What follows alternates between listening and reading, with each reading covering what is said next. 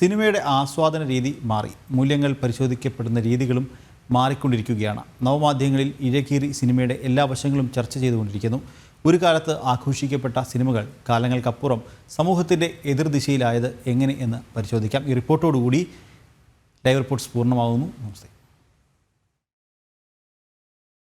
വളരെ നിശബ്ദമായി വിഗതകുമാരനിൽ തുടങ്ങിയ മലയാള സിനിമ ഒത്തിരി ലോകങ്ങൾ സഞ്ചരിച്ച് മാറ്റങ്ങൾക്കൊക്കെ വിധേയമായി കൊണ്ടിരിക്കുകയാണ്. ഒരു കാലത്ത് സമൂഹങ്ങളിൽ വളരെ ആഘോഷിക്കപ്പെട്ട സിനിമ ഇന്ന് സമൂഹ മാധ്യമങ്ങളിൽ പൊളിറ്റിക്കൽ കറക്റ്റ്നെസ്സിൻ്റെയും ടോക്സിസിറ്റിയുടെയൊക്കെ പേരിൽ ഇഴകീറി പരിശോധിക്കുകയാണ്.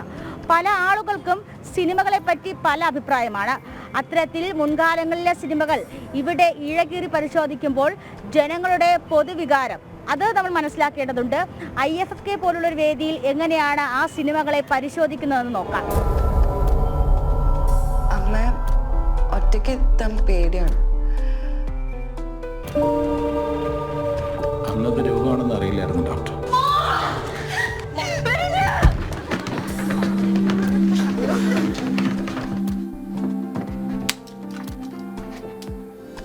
Es mi aniversario. Sí, 25 años de casados cumplimos. ¿Qué tal? ¿Ya comiste de esa bandeja vos? Yo sé que vos por ahí pensás que no tenés que entrar mucho en mi estudio, pero... Es la historia de Antonia, una psicóloga que cree que controla el terreno de la mente. Cinema ഒരു extra ഒരു hobby അല്ലെങ്കിൽ ഒരു entertainment ആയിട്ട് ലൈഫിൽ കണ്ടാൽ മതി. അതിൽ നടക്കുന്ന സാധനങ്ങൾ എടുത്തുകൊണ്ട് ബാക്കി പ്രശ്നങ്ങൾ ഉണ്ടാക്കാൻ നടന്നിട്ടുണ്ടെങ്കിൽ ഒന്നും നടക്കത്തില്ല. അതിനെന്തോരം വേറെ കാര്യങ്ങളുണ്ട്. സിനിമയായിട്ട് കാണുക, ഒരു എന്റർടൈൻമെന്റ്, ഒരു ടാലന്റ് ആയിട്ട് കാണുക ഒരാളുടെ. ഇനിയുള്ള സിനിമകളിൽ പൊളിറ്റിക്കൽ കറക്റ്റ്നെസ് ഒക്കെ കുറച്ച് നോക്കണം.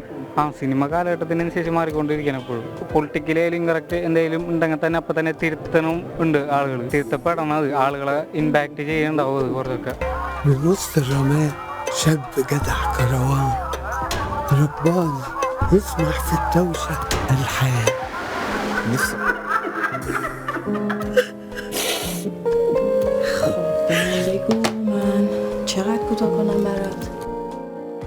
സിനിമയുടെ ആസ്വാദനശേഷി മാറിക്കൊണ്ടിരിക്കുകയാണ്. വിമർശനങ്ങളും വിപ്ലവങ്ങളും സിനിമയുടെ ഒഴുക്കിനെയും ബാധിച്ചു. മാറ്റങ്ങളെ അംഗീകരിച്ചുകൊണ്ട് മുന്നോട്ട് പോകുന്ന തലമുറയും ചുറ്റുമുണ്ട്. പലപ്പോഴും വിമർശിക്കുവാൻ മടിച്ച ചില കാര്യങ്ങൾ തുറന്നുകൊണ്ട് കാലത്തിനനുസരിച്ച് അതിൻ്റെ കറക്റ്റ്നെസ്സിൽ മാറ്റങ്ങൾ വരുന്നുണ്ട്. കാലത്തിനോടൊപ്പം സഞ്ചരിക്കേണ്ട ഒരു കല തന്നെയാണ് സിനിമ, യാതൊരു സംശയവുമില്ല. നമ്മൾ പഴയ മൂല്യങ്ങളിൽ നിന്നുകൊണ്ടല്ല, പുതിയ മൂല്യങ്ങൾ സൃഷ്ടിക്കുകയാണ് സിനിമ ചെയ്യേണ്ടത്. യാതൊരു സംശയമില്ല കാര്യം.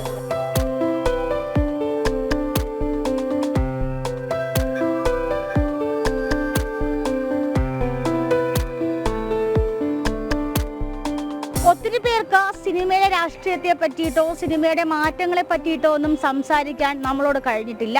അങ്ങനെ സംസാരിച്ച കുറച്ചു പേരെ അരിച്ചുപിറക്കി ഇവിടെ കോർത്തിണക്കിയിട്ടുണ്ട്.